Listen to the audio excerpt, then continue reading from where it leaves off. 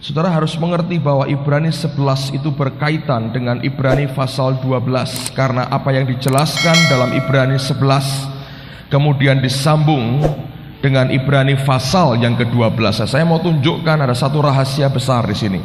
Coba lihat Ibrani pasal 12. Ibrani 11 bicara tentang deretan pahlawan-pahlawan iman.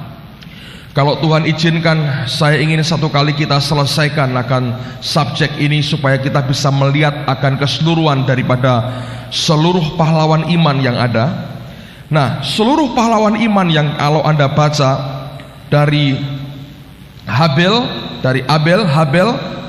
sampai kepada Samuel dan seterusnya, semua itu adalah pahlawan iman, saksi-saksi iman yang disebutkan dalam Ibrani pasal 11. Nah, pada pasal 12 ayat yang pertama, Alkitab berkata begini: karena kita mempunyai banyak saksi bagaikan awan yang mengelilingi kita, marilah kita menanggalkan semua beban dan dosa yang begitu merintangi kita, dan berlomba dengan tekun dalam perlombaan yang diwajibkan bagi kita.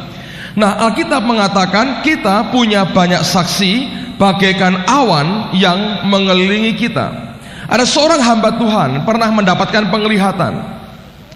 Dia melihat apa? Dia melihat seperti satu stadion olahraga dan ada banyak penontonnya. Nah, pada waktu itu ada lomba lari di mana banyak orang yang sedang mengikuti akan lomba itu. Di tengah-tengah lomba sedang berlangsung, maka orang-orang yang nonton di tribun itu mereka bersorak-sorak, mereka berteriak-teriak. Nah, pada waktu hamba Tuhan ini melihat dalam penglihatan itu, siapa orang-orang yang berteriak-teriak? Pertama dia perhatikan, di antara beberapa orang yang lari itu ada dirinya sendiri. Jadi orang itu sedang lari sendiri di tengah-tengah akan trek yang ada. Terus dia perhatikan ada orang-orang begitu banyak yang bersorak-sorai memberi support. Ayo katanya, lebih cepat, lebih cepat. Nah, ketika dia perhatikan dalam visi yang dia lihat itu, dia begitu terkejut karena dalam visi itu dia melihat orang-orang yang teriak-teriak itu adalah yang disebut saksi-saksi iman tadi. Dalam roh dia bisa melihat, oh ada Habel, ada Abraham, ada Musa, ada Henoh, ada Nuh. Mereka berteriak-teriak memberikan support kepada saya. Pada saat itulah dia mengerti apa yang Ibrani pasal 12 ini katakan. Sesungguhnya ada begitu banyak orang yang bagaikan awan saksi mengitari kita. Dan apa yang mereka pernah kerjakan dalam hidup mereka, seperti teriakan yang begitu kuat untuk berkata, kejar terus sampai ke finish seperti yang pernah kami buat. Jalankan terus tugasmu, tongkat terakhir di tanganmu. Kami telah lomba dengan begitu luar biasa melawan dunia ini dan kami telah menang. Sekarang tongkat estafet terakhir diserahkan dalam tanganmu. Apakah engkau akan mengecewakan kami?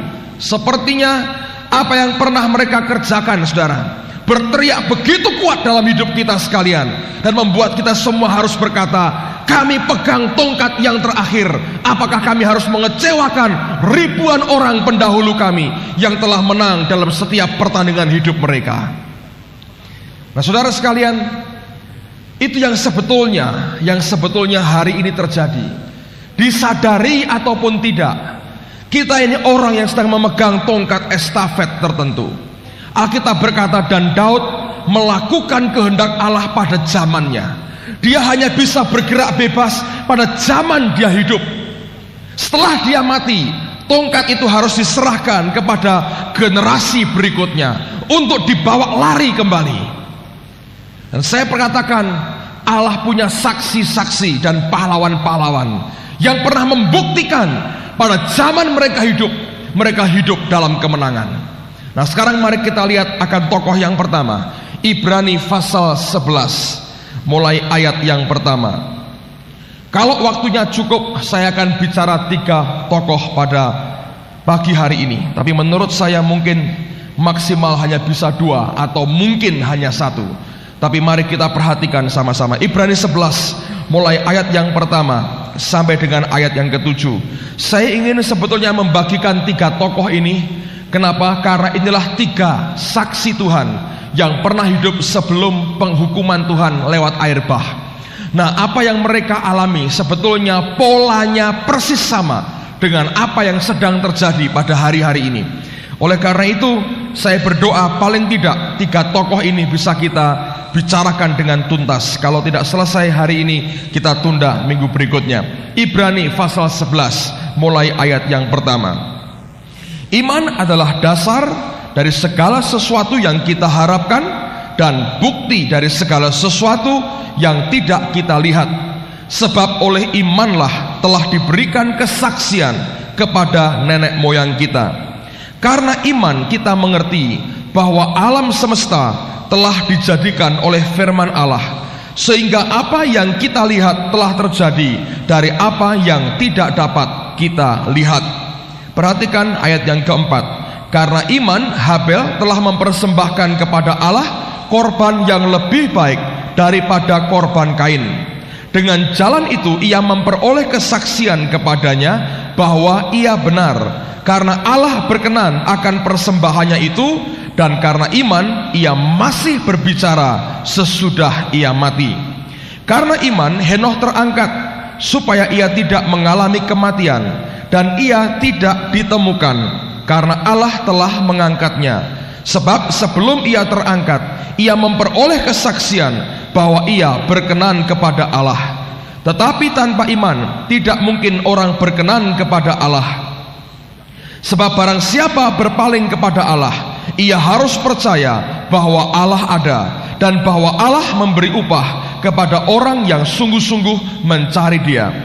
Karena iman, maka Nuh dengan petunjuk Allah tentang sesuatu yang belum kelihatan, dengan taat mempersiapkan bahtera untuk menyelamatkan keluarganya. Dan karena iman itu ia menghukum dunia, dan ia ditentukan untuk menerima kebenaran sesuai dengan imannya. Nah, perhatikan sekarang pada ayat yang keempat. Saya mau ulang lagi. Anda perhatikan akan tokoh yang pertama, yaitu Habel. Kalau Anda masih ingat, saya pernah bicara tentang Kain dan Habel. Kain artinya I have created, aku telah menciptakan, aku yang telah membuat ini, membuat itu. Tapi Habel artinya nothing, aku tidak ada apa-apanya. Dia berkata, I just a keeper of his sheep, aku hanya penjaga daripada domba-domba daripada Tuhanku. Nah, lihat akan apa yang Ibrani katakan tentang Habel.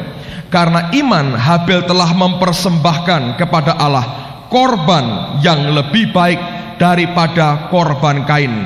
Dengan jalan itu ia memperoleh kesaksian kepadanya bahwa ia benar, karena Allah berkenan akan persembahannya itu, dan karena iman ia masih berbicara sesudah ia mati. Yang pertama, Alkitab berkata bahwa persembahan yang dia berikan berkenan karena dia memberikan korban yang lebih baik daripada korban Kain. Nah, dengar baik-baik saudara. Kain seorang petani, seorang budak tanah. Kalau Anda masih ingat apa yang saya sampaikan sekian bulan yang lalu, ketika dia memberikan korban, nah Alkitab berkata ini semua karena iman, saudara.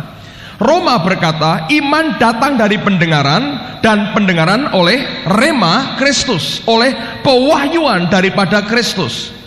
Kalau dikatakan Habel itu beriman karena iman, tidak mungkin tidak, pasti dia sudah mendengar terlebih dahulu apa yang Allahnya inginkan sebetulnya untuk manusia memberikan korban kepadanya. Nah, Alkitab berkata karena iman dia memberikan korban yang lebih baik daripada yang diberikan oleh Kain. Kain mempersembahkan akan hasil bumi. Alkitab berkata Allah mengutuk akan bumi, dan Kain memberikan hasil daripada kutukan itu. Tetapi Habel dia memberikan korban bakaran berupa anak domba yang disembelih. Itu merupakan suatu bukti bahwa Habel mendengar akan suara Allahnya. Karena sejak saat itu korban sembelian anak domba yang dibakar kepada Allah merupakan simbol yang terus-menerus dipakai untuk orang bisa memberikan korban yang berkenan kepada Allah sampai digenapi dalam kematian dan kebangkitan Tuhan Yesus. Nah, ketika Habel mempersembahkan itu, mengapa korbannya berkenan? Menurut saya yang pertama, dia mendengar apa yang Bapa katakan kepadanya. Tapi yang kedua, jenis korban itulah yang paling berkenan, yaitu penumpahan darah. Ibrani berkata, tidak ada penebusan dosa tanpa penumpahan darah. Nah, perjanjian lama merupakan simbol. Kenapa dia bisa berkenan? Karena dia memberikan penumpahan darah. Dan itu merupakan simbol daripada pengorbanan Yesus. Dan yang kedua, dengar baik-baik. Menurut saya ini yang Allah mau sampaikan buat kita. Bagian yang pertama Anda bisa dengar kaset saya yang pertama. Tapi yang kedua, dengar baik-baik.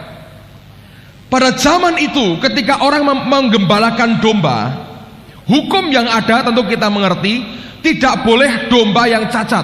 Itu harus domba yang terbaik. Nah, biasanya seorang gembala itu punya domba-domba favorit. Biasanya bukan domba yang cacat, tapi domba-domba yang terbaik yang dia punya. Dia akan merawat domba itu, dia akan mengasihi domba itu, dan biasanya ada hubungan batin antara gembala dengan domba terbaik yang dia punya. Ketika Habel harus mempersembahkan korban kepada Allah, maka dia mampu memberikan yang lebih baik yang dimiliki, yang dibuat oleh Kain. Saya percaya domba terbaik yang dia punya, itu yang sebetulnya dia korbankan di hadapan Bapanya yang di surga. Saudara, sejak dari awal mula Allah hanya bisa mempercayai orang yang sungguh mengasihi dia. Sejak dari awal mula Allah hanya bisa memberikan kepercayaan, memberikan anugerahnya, memberikan kemuliaannya kepada orang yang sungguh cinta kepadanya. Dan bukti bahwa kita mencintai Tuhan kita adalah kalau kita berani mempersembahkan kepada Dia apa yang terbaik, yang paling kita cintai dalam kehidupan kita. Dan kalau itu diminta oleh Allah, kita berkata, ya Tuhan, aku berikan ini kepadamu. Nah, seperti apa bentuk Tuhan itu mencintai, menerima korban kita? Seperti apa bentuknya? Coba buka Mazmur pasal yang ke-20. Mazmur pasal yang ke-20. Mazmur pasal 20 ayat pertama sampai dengan ayat yang keempat. Mazmur pasal 20 ayat yang pertama sampai dengan ayat yang keempat. Untuk pemimpin biduan, Mazmur Daud. Kiranya Tuhan menjawab engkau pada waktu kesesakan. Kiranya nama Allah Yakub membentengi engkau. Kiranya dikirimkannya bantuan kepadamu dari tempat kudus, dan disokongnya engkau dari Sion. Kiranya, perhatikan, diingatnya segala korban persembahanmu, dan disukainya korban bakaranmu. Ayat 4, perhatikan, saya mau ulang lagi, dengar baik-baik. Kiranya diingatnya segala korban persembahanmu, dan disukainya korban bakaranmu. Allah berkata, kiranya disukainya korban bakaranmu lewat Daud. Nah, apa yang dia katakan, saudara? Kata disukai dari bahasa Inggris kata accept, diterima, kiranya diterima. Dalam bahasa Ibrani kata diterima itu artinya, arti hurufiahnya turn to ashes, berubah menjadi abu. Nah, dengar. Waktu Habel mempersembahkan akan yang terbaik yang dia punya, rupanya bukti bahwa Allah berkenan menerima akan korbannya adalah korban itu dibakar habis sampai menjadi abu. Kalau engkau sedia menjadikan abu apa yang terbaik, yang paling engkau cintai dalam hidupmu, dan Allah berkata, aku minta engkau berikan itu kepadaku. Setiap kali kita berani mempersembahkan hal itu kepada Allah, itu merupakan bukti wujud daripada cinta kita kepada Tuhan. Saya mau ulang lagi buat saudara, Allah hanya bisa memberikan kepercayaan dan kemuliaannya hanya kepada mereka yang sungguh cinta kepada Dia. Kenapa sampai Yesus bertanya 3 kali kepada Petrus, apakah engkau mengasihi aku? Karena hanya orang yang cinta kepadanya yang akan mengerjakan segala hukumnya, dan kepada orang seperti itulah dia memberikan kepercayaan yang luar biasa. Waktu Habel mempersembahkan akan apa yang dia punya, bahkan tulang belulangnya pun dihabiskan sama sekali, dirubah jadi abu, musnah sama sekali. Dan itu yang membuat Allah berkenan. Itu simbol bagaimana Allah berkenan dalam kehidupan kita. Saudara, masalahnya tidak banyak orang Kristen yang hari ini cinta kepada Allah seperti yang dialami oleh Habel. Kenapa? Karena masih begitu banyak kedagingan dalam kehidupan kita yang belum kita izinkan diproses Allah sampai titik nothing, nol, zero. Hanya kalau kita mengizinkan Tuhan mengerjakan hidup kita, maka kita akan bisa makin mengasihi Dia. Nah, Habel korbannya diterima oleh Tuhan. Lalu kemudian Alkitab berkata, bukti bahwa korbannya diterima adalah ketika itu dihancurkan seperti abu. Saudara, tahukah Anda, hadirat Allah yang paling kuat terjadi ketika ada kehancuran, brokenness dalam roh dan hati kita. Amen, saudara. Banyak orang mencari Tuhan dan tidak pernah ketemu. Kenapa? Engkau datang tidak membawa korban yang sudah jadi abu.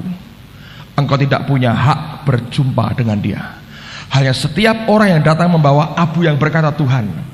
Ini sebagai bukti. Kenapa orang Israel ketika berkabung menaruh abu di atas kepalanya? Menurut saya diantaranya itu bukti perkenanmu Tuhan, kami minta. Turn to ashes, dirubah menjadi abu. Ini hati kami Tuhan, ini abu. Coba lihat Ayub, duduk dalam debu dan abu. Lihat orang Niniwe, ketika mereka bertobat, mereka robek pakaiannya, dan mereka taruhkan debu, abu di atas kepalanya. Mereka berkata, Tuhan, perkenanmu kami cari. Hanya orang yang tangannya bisa bawa abu di hadapan Dia yang akan berkata, perkenanmu Tuhan kami cari. Saya ngalami, saudara. Minggu lalu saya diundang retreat satu gereja. Saya belajar. Saya ini orang timur. Saya ketimuran saya kuat sekali. Saya datang sebagai tamu. Saya ikut kebaktian. Saya tidak salahkan siapa-siapa, tapi keadaan seperti itu membuat roh saya nggak tahan. Ketika pujian dimulai, nggak ada kehidupan sama sekali. Lalu saya bilang, Tuhan, apa yang harus saya buat? Roh saya dukanya luar biasa. Nggak ada hadirat Allah. Sekalipun mereka berteriak tentang hadirat Tuhan, tidak ada hadirat Tuhan. Saya mau berdiri aja malesnya luar biasa. Saya duduk, saya sembahyang. Apa yang harus saya buat, saudara? Saya bersyukur Allah itu baik. Saya tidak buka Alkitab, saya ngomong keras, saya hardik mereka. Saya bicara blank, apa adanya. Saya sampaikan isi hati saya. Dan saya tahu itu dari Tuhan dasarnya. Lalu saya minta siapa mau bertobat, semua maju ke depan, teriak sama Tuhan. Session berikutnya saya hanya ngajar. Rupanya Allah bekerja sesuatu. Waktu session yang terakhir, saya baru mau putarkan video di kebaktian, saudara. Begitu saya masuk ruang kebaktian, saya sense, saya rasa ada sesuatu yang berubah di tengah-tengah mereka. Saya bilang, Tuhan, Engkau di sini. Saya hanya berpikir tadinya, apakah karena Tuhan memang mau mengurapi mereka? Karena mereka minta saya bicara soal anointing, soal pengurapan. Tapi saya nggak yakin karena itu. Ketika saya masuk, saya berkata, Tuhan, Engkau di sini. Tadi nggak ada, saudara. Dia omnipresence. Cuma dia tidak memanifestasikan kehadirannya. Ketika saya masuk yang terakhir kali, saya tahu Tuhan itu ada. Lalu saya tunggu apa yang terjadi. Pemimpin pujiannya itu adalah pembimbing mereka. Dan pada waktu mereka sedang memuji Tuhan, dia berhenti sebentar. Dengan nangis dia ngaku di depan anak buahnya. Dia berkata, tadi waktu Pak Petrus Agung khotbah, Roh Kudus seperti nunjuk ke saya, kamu bertobat. Dia bilang, saya nggak tahan, belum kebaktian selesai, saya keluar, saya masuk kamar, saya nangis, saya bertobat di depan Tuhan. Dan ketika dia mesti mimpin lagi, dan dia berkata, saya bertobat, saya minta maaf kepada saudara, dia buat pengakuan di depan akan orang yang dia bimbing. Dan Roh Kudus berkata kepada saya, karena ada brokenness, ada kehancuran, ada orang yang bawa abu hidupnya sendiri di hadapan dia. maka aku akan turun, karena itu korban yang paling berkenan. Amen. Buka Mazmur 51, saudara. Mazmur 51 ayat yang ke-18 dan ayat yang ke-19. Mazmur 51 ayat yang ke-18 dan 19. Sebab engkau tidak berkenan kepada korban sembelian, sekiranya ku persembahkan korban bakaran, engkau tidak menyukainya. Korban sembelian kepada Allah ialah jiwa yang hancur. Hati yang patah dan remuk tidak akan kau pandang hina, ya Allah. Broken and contrite heart, broken spirit, broken and contrite heart. Hati dan roh yang remuk di hadapan Tuhan, itu merupakan korban yang berkenan di hadapan Dia. Sekali lagi, Habel mempersembahkan, Allah menerima. Begitu Allah menerima, diubah menjadi abu, turn to ashes, dirubah menjadi abu. Nah, kalau ada abu di tangan kita, yang terbaik yang kita punya, ketika Allah berkata, aku minta engkau berikan kepadaku, oh ya, saya tahu akan membuat begitu banyak hati hancur sepertinya. Kenapa yang terbaik yang aku punya engkau minta, ya Tuhan? Abraham diminta anak tunggalnya, anak perjanjiannya, diminta kepada Allah, anak yang dia paling kasih. Allah berkata, aku minta korbankan itu. Yang terbaik dari hidup kita yang Allah minta. Kalau ada orang-orang yang berani memberikan hidupnya, maka Allah akan mengubahnya menjadi abu. Itu bukti bahwa Dia menerima kita. Setiap kali orang Israel berkabung, dia robek pakaiannya, dia ganti pakaian kabung, dia taruh abu di atas kepalanya. Dia berkata, Tuhan, di atas segala-galanya aku minta perkenan daripadamu, aku minta perkenan daripadamu. Pada waktu Allah melihat itu, maka itu bukti betapa hancur hati mereka. Bukti hati mereka pun seperti abu yang sudah siap dihancurkan, dibuat jadi nothing, tidak ada apa-apanya lagi. Pada waktu itulah sebetulnya perkenan daripada Allah terjadi. Saudara, apakah engkau mengasihi Tuhanmu? Apakah sungguh engkau cinta kepada Allahmu? Saya mau katakan, kalau sungguh engkau cinta kepada Dia, engkau akan mengizinkan hidupmu diproses seperti Habel. Dan itu baru merupakan saksi yang pertama. Alkitab berkata, oleh karena iman yang seperti itu, sekalipun sudah mati, darahnya bisa teriak, darahnya masih bisa berbicara. Dan hari ini aneh sekali, dia merupakan orang pertama yang terbunuh, orang pertama yang berkenan, tapi juga orang pertama yang terbunuh. Nah, karena iman seperti itu, dia masih berbicara. Dan hari ini dia masih berbicara. Sepertinya dia mau berkata, beri supaya hatimu diubah jadi abu oleh Allahmu, beri supaya hidupmu jadi abu di hadapan Dia. Nothing. Karena hanya itu yang berkenan di hadapan Tuhan. Jangan simpan hal-hal tertentu dalam kehidupanmu yang coba engkau sembunyikan, yang kau berkata, jangan jamah yang satu ini Tuhan. Tapi saya mau katakan, hanya orang yang mau mendengar teriakan dari Habel, yang berteriak darahnya. Imam berkata, the life of the flesh is in the blood. Kehidupan itu ada di dalam darah. Kalau saudara bisa memberikan yang terbaik dari hidupmu, Allah mengubahnya menjadi abu, maka hidupmu akan berbicara. Sekalipun engkau sudah mati, hidupmu akan terus berbicara. Sampai di dalam kitab Ibrani ini, Habel masih berbicara buat kita. Amen, saudaraku. Kalau kita mau hidup kita berbicara, buat sampai Allah mengubahnya menjadi abu. Hanya itu caranya, tidak ada yang lain, saudara. Banyak orang Kristen datang kepada Allah sesungguhnya bukan karena cinta, tapi ada maksud-maksud tertentu dalam hidupnya, yang sekedar hanya untuk mementingkan diri sendiri. Kemarin Tuhan berbicara kepada saya, saudara. Saya mau bacakan ini buat saudara. Saya nggak tulis di situ. Ada beberapa orang yang datang kepada saya dalam 1 minggu ini. Semua menyampaikan keluhan yang sama. Pak, saya nggak bisa berdoa. Nggak bisa. Saya nggak bisa merasakan hadirat Allah. Saya nggak bisa ketemu dengan Tuhan. Lalu saya berdoa, Tuhan kok aneh? Kok banyak orang susah dengan hal yang satu ini? Nah, sekarang dengar. Ini yang Tuhan katakan. Buka bersama dengan saya Yesaya pasal 58. Saudara dengar baik-baik. Hanya kehancuran pertobatan dan kasih yang murni kepada Allah akan membuat engkau ketemu dengan Dia.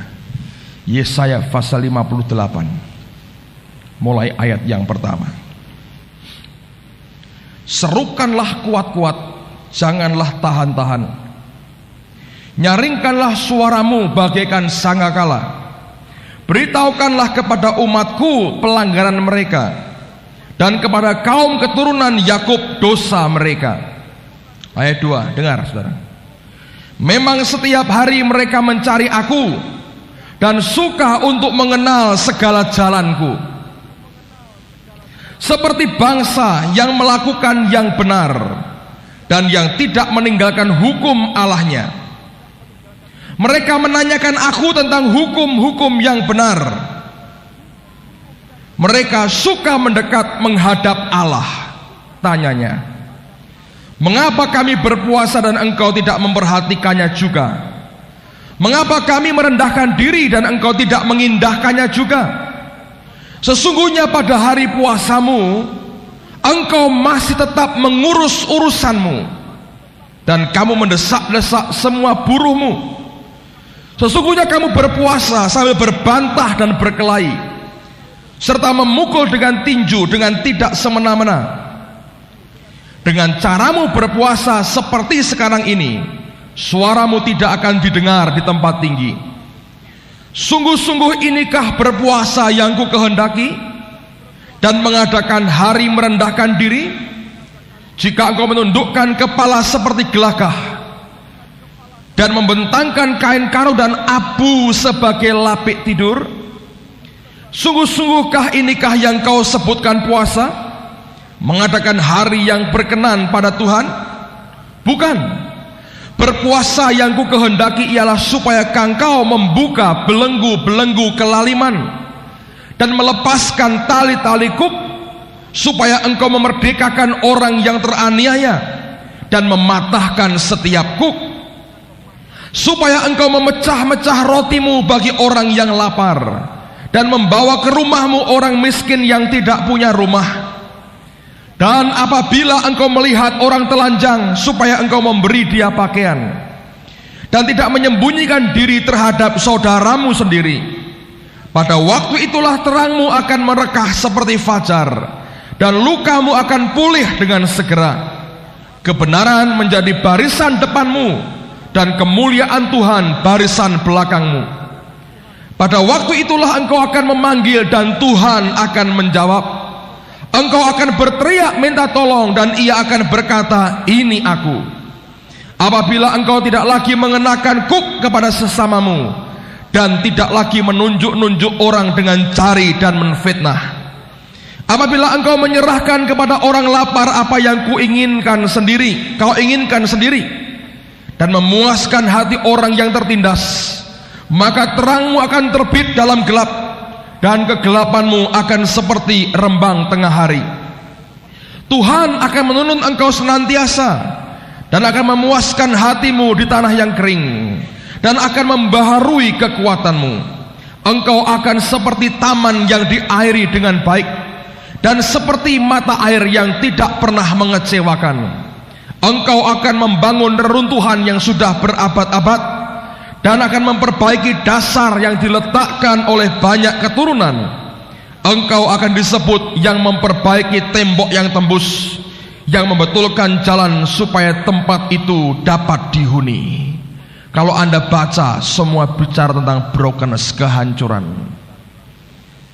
Kalau engkau mencari Tuhan dengan segala ego, kemauan manusiawimu, dan tidak ada kehancuran dalam hati dan rohmu di hadapan Allah, Tuhan berkata, engkau tidak bakal ketemu dengan aku.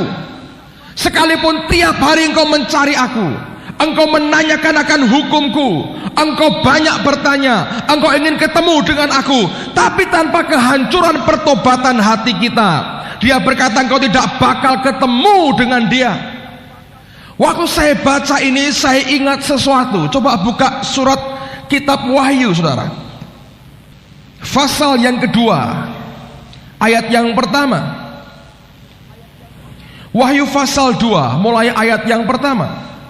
Tuliskanlah kepada malaikat jemaat di Efesus, inilah firman dari Dia yang memegang ketujuh bintang itu di tangan kanannya dan berjalan di antara ketujuh kaki dian emas itu. Aku tahu segala pekerjaanmu, baik jerih payahmu maupun ketekunanmu. Aku tahu bahwa engkau tidak dapat sabar terhadap orang-orang jahat, bahwa engkau telah mencobai mereka yang menyebut dirinya rasul, tetapi yang sebenarnya tidak demikian, bahwa engkau telah mendapati mereka pendusta, dan engkau tetap sabar dan menderita oleh karena namaku, dan engkau tidak mengenal lelah. Namun demikian aku mencela engkau, karena engkau telah meninggalkan kasihmu yang semula. Sebab itu ingatlah betapa dalamnya engkau telah jatuh. Bertobatlah dan lakukanlah lagi apa yang semula engkau lakukan. Jika tidak demikian, aku akan datang kepadamu dan aku akan mengambil kaki dianmu dari tempatnya, jikalau engkau tidak bertobat. Tetapi ini yang ada padamu, yaitu engkau membenci segala perbuatan pengikut-pengikut Nikolaus yang juga aku benci. Siapa bertelinga, hendaklah ia mendengarkan apa yang dikatakan Roh kepada jemaat-jemaat. Barang siapa menang, dia akan kuberi makan dari pohon kehidupan yang ada di taman Firdaus Allah. Kembali kepada kasih yang mula-mula. Hanya itu yang bisa membuat kita punya kehancuran, saudara. Saya mau katakan kepada teman-teman yang banyak aktif dalam pekerjaan Tuhan, saya senang dengan semua kegiatan kesibukan yang ada. Saya senang sekali. Saya senang dengan segala jerih payah yang Anda tunjukkan selama ini. Itu baik sekali. Tapi jangan sampai jerih payah kita ini menggantikan akan kasih kita kepada Allah. Anda bertanya, apa mungkin? Saya berkata ya. Alkitab mengatakan ada orang yang berjerih payah, dia kerja begitu banyak untuk Tuhannya, tapi kasih mula-mula kepada Allahnya hilang dalam hidupnya. Saya mau katakan, demi kasih Allah, hanya kalau engkau bisa terus kembali dan mempertahankan kasihmu yang semula kepada Tuhan, akan membuat engkau bisa bertahan sampai pada akhirnya. Jangan terjebak dengan kegiatan, jangan terjebak dengan aktivitas. Seringkali itu dari daging dan tidak perlu dikerjakan. Kalau sampai menggantikan kasihmu kepada Allah, jangan sampai terjadi kegiatan itu menghilangkan waktumu untuk menyembah kepada Allah. Yang paling utama di gereja ini dalam hidup kita bersama dengan Tuhan, bukan orang yang aktif, bukan orang yang giat, tapi orang yang cinta kepada Allah segenap hatinya. Sehingga apapun yang engkau kerjakan, dasarnya karena engkau mengasihi Allah. Kenapa saudara saya berkata begitu? Karena terus terang begini, tidak butuh orang bertobat untuk bisa kerja, untuk melakukan pekerjaan Tuhan kok. Ya, banyak hal bisa dibuat juga oleh orang dunia. Tapi kalau motifnya bukan karena mengasihi Tuhan, tidak membangun apapun dalam kehidupan kita. Yang penting hidup kita mencintai Allah segenap hati.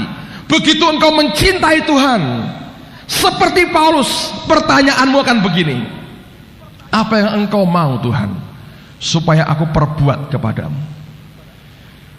Kalau kasihmu mulai luntur, engkau akan bertanya, apa yang engkau izinkan kami perbuat ya Tuhan? Beda. Apa yang engkau perbolehkan kami lakukan? Ruang gerak kami sebesar apa untuk kami boleh menari, melompat, berguling-guling sendiri? Kalau orang cinta kepada Allahnya, dia berkata, apa yang engkau mau ya Tuhan kami perbuat. Tidak pernah ditanyakan hakku sebesar apa. Beberapa saudara bicara dengan saya tentang pacaran. minggu yang lalu. Saya bukan anti orang yang mencoba untuk kenal lebih dekat dengan orang lain, saudara ya. Kalau itu anti jadi aneh kita, nggak pernah bergaul dengan orang lain. Yang saya tidak mau adalah kalau sudah mulai bertanya, ini boleh nggak, ini nggak boleh, ini boleh, ini nggak boleh. Sebetulnya engkau sedang cari ruang gerak untuk engkau berbuat apa yang aku memang suka. Kalau engkau cinta kepada Allah, bahkan ruang gerak untuk kakimu berpijak pun kau berikan kepada Dia, saudara. Kalau murni engkau cinta kepada Tuhan. Ketika bicara, Roh Tuhan berkata kepada saya, kenapa selalu bertanya sesuatu yang begitu natural, boleh dan tidak boleh? Kenapa tidak berkata, Tuhan, beri aku sesuatu yang supranatural terjadi dalam hidupku? Kenapa kita harus seperti orang Israel yang berkata, bangsa-bangsa lain punya raja, kami juga pengen seperti mereka punya raja? Kenapa kita berkata orang dunia boleh seperti itu, kami juga boleh 30% aja kayak mereka? Kenapa harus begitu, saudara? Kenapa tidak berkata aku minta yang supranatural daripadamu terjadi dalam hidupku, bahkan sampai kepada hal yang pribadi seperti itu? Amen, saudara. Kalau sungguh kau cinta Tuhan, bahkan ruang tempat kakimu berpijak pun kau berikan kepada Dia. Tapi kalau hatimu sudah mulai menjauh dan biasanya tanpa disadari, engkau akan bertanya, beri aku ruang gerak lebih lagi Tuhan. Dan saya tidak mau. Lalu kemudian kita berkata, pendeta A berkata begini, pendeta B berkata begini, pendeta C berkata begini, pendeta D yang paling longgar yang mana? D, baiklah gua ikut D, yang lain bukan bagian saya. Saya bilang selfish, flesh, saudara, daging. Semestinya setiap orang yang betul cinta kepada Tuhan tidak pernah berpikir seperti itu. Rasul besar Paulus ketika ketemu dengan Yesus, Lord, what do you want me to do? What do you desire me to do? Apa yang engkau ingin aku perbuat, Tuhan? Amen, saudara. Dalam segala aspek hidupmu sekalipun, kalau engkau keluar dari jalur yang satu ini, tanya apakah engkau sungguh cinta kepada Dia? Apakah engkau sungguh-sungguh totally sold out for Jesus? Apakah engkau betul terjual habis untuk Yesus? Real? Habis? Belum ternyata. Dan saya ingin saudara, kita mengerti akan satu hal ini. Tanpa engkau cinta Dia segenap hati, tidak mungkin Dia berkata, gembalakan domba-dombaku. Saya percaya kita hidup pada akhir dari akhir zaman. Tongkat estafet terakhir di tangan kita. Allah lagi pilih orang yang bisa membawa pada kemenangan yang gilang gemilang. Kalau Anda baca di ayat terakhir dari Ibrani 11, tanpa kita mereka tidak bisa mencapai kesempurnaan. Karena seperti tongkat estafet, mereka boleh dari berbagai generasi mereka menang. Mereka boleh menang. Pada saat terakhir kalah, tetap kalah, saudara. Makanya apa yang Dia minta pada hari ini buat gerejanya, menurut saya paling berat, saudara. Karena dari sini akan lahir mempelainya dan membawakan tongkat terakhir sampai ke garis akhir. Saya mau kita jadi orang Kristen yang radikal. Bukan radikal kayak teroris, saudara. Radikal dari kata radix yang artinya berakar kuat dalam Tuhan. Bukan cuma di permukaan, sepertinya engkau begitu aktif. Jangan sampai terjebak, saudara, dengan hal seperti ini. Karena tidak pernah bisa membangun apapun dalam kehidupan kita. Saya terus terang, saudara, dalam seminggu ini saya ketemu dengan banyak orang. Saya lihat, saya dengar cerita tentang hidup masing-masing orang. Sebagian orang jemaat sendiri, sebagian bukan. Terus terang hati saya nangis di depan Tuhan. Saya berkata, Tuhan, betapa murahnya Engkau dihargai. Betapa murahnya sebetulnya orang menghargai pengorbananmu. Saudara pernah dengar hanya karena uang, dengan begitu murah kita berkata, aku tidak peduli perasaan Tuhan dan korbannya. Kita berbuat, kita hidup semau kita. Anda pernah dengar orang berkata hanya karena masalah uang, saya mau tinggalkan Tuhan karena di sini aku dapat uang lebih banyak. Anda pernah dengar hanya karena jodoh, orang berkata aku sangkali akan korbanmu ya Tuhan. Hanya karena itu. Saya terus terang berkata kepada Tuhan, apa yang harus hambamu ini buat Tuhan. Saya ngobrol dengan beberapa teman, dengan Bu Nugroho, dengan Ribkah, dengan istri saya waktu Rabu malam yang lalu. Saya tidak bisa mengerti apa yang harus saya buat lagi.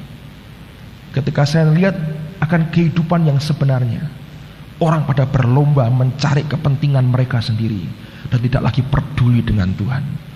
Bagaimana kita bisa berkata, aku mau bawa abu di hadapan Dia? Bagaimana? Setiap kali bangun pagi yang dipikirkan adalah kebutuhanku hari ini. Yang aku butuhkan hari ini, bukan apa yang Engkau mau Tuhan. Gak pernah lagi begitu. Mana cinta kita kepada Tuhan, saudara? Kita pertanyakan banyak hal. Sampai apakah Engkau sanggup, apakah Engkau bisa, apakah Engkau hidup, apakah Engkau betul mengasihi aku? Pertanyaannya begitu terus seperti itu. Kok begitu murah sepertinya korban daripada anaknya.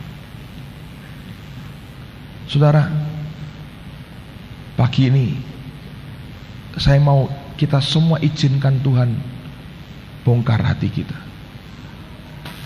Hanya kalau ada brokenness, saudara, hancur seperti abu, taruh di kepala, meratap, sobek, bukan pakaian kita, hati kita yang bebal. Kita teriak di hadapan Dia. Kalau ini tidak dikembalikan kepada kasih yang mula-mula, percuma, sudah percuma. Kamis yang lalu Tuhan berkata kepada saya, aku mau buat sampai orang-orang di tempat ini punya hati yang jatuh cinta betul dengan aku. Saudara, saya ini bersyukur dengan Tuhan. Saya ke kelompok-kelompok lain. Setiap kali saya kembali dengan saudara di tengah-tengah tempat ini, saya bersyukur hadiratnya, kemanisannya luar biasa. Bagaimana Allah bekerja, anointing, pengurapannya luar biasa. Tapi itu tidak cukup, saudara. Dia mau terus kembalikan kita punya hati yang cinta kepada Tuhan. Bukan cinta diri kita sendiri, bukan cinta manusia kita sendiri. Berani kita berkata, ya Tuhan, aku cinta kepadamu. Petrus, saudara, Tuhan tanya, apa engkau agape dengan aku? Dia bilang apa? Aku phileo Tuhan dengan engkau. Apa engkau agape? Dia bilang tidak Tuhan, aku ini phileo. Yang terakhir sampai Tuhan berkata, baik, apakah engkau phileo dengan aku? Saudara ngerti itu? Dia selalu berpijak dari kasih. Seberapa yang engkau punya hari ini, berikan itu kepada Allah, supaya dia disenangkan. Stop model hubungan dagang dengan Tuhan, saudara. Kita harus punya relationship, hubungan kasih dengan Tuhan kita. Saya nggak tahu hidup saudara, dengan waktu doamu lagi, kehausanmu membaca firman, kerinduanmu mencari Tuhan, seberapa jauh hari ini? Saudara tahu? Tuhan paling tahu. Apakah Anda masih bisa berkata, oh, aku cinta Tuhan? Christian pernah cerita sama saya. Dia sharing, dia bilang, Pak, hanya baru-baru ini saja saya bisa berkata, aku cinta kepadamu. Sebelumnya ketika dia coba ucapkan, dia berkata, ada suara berkata, kamu bohong, kamu dusta, munafik, bukan dari hatimu, hanya dari mulutmu. Saya berdoa, kiranya Tuhan yang baik itu mengalirkan kasih-Nya sampai hidup Habel jadi bagian dari hidup kita. Dia bawa abu di hadapan dia, saudara. Turn to ashes. Bukan lagi memikirkan kepentingan pribadinya, tapi kepentingan dan hati Tuhannya. Ayo sembahyang sama-sama, saudara. Haleluya.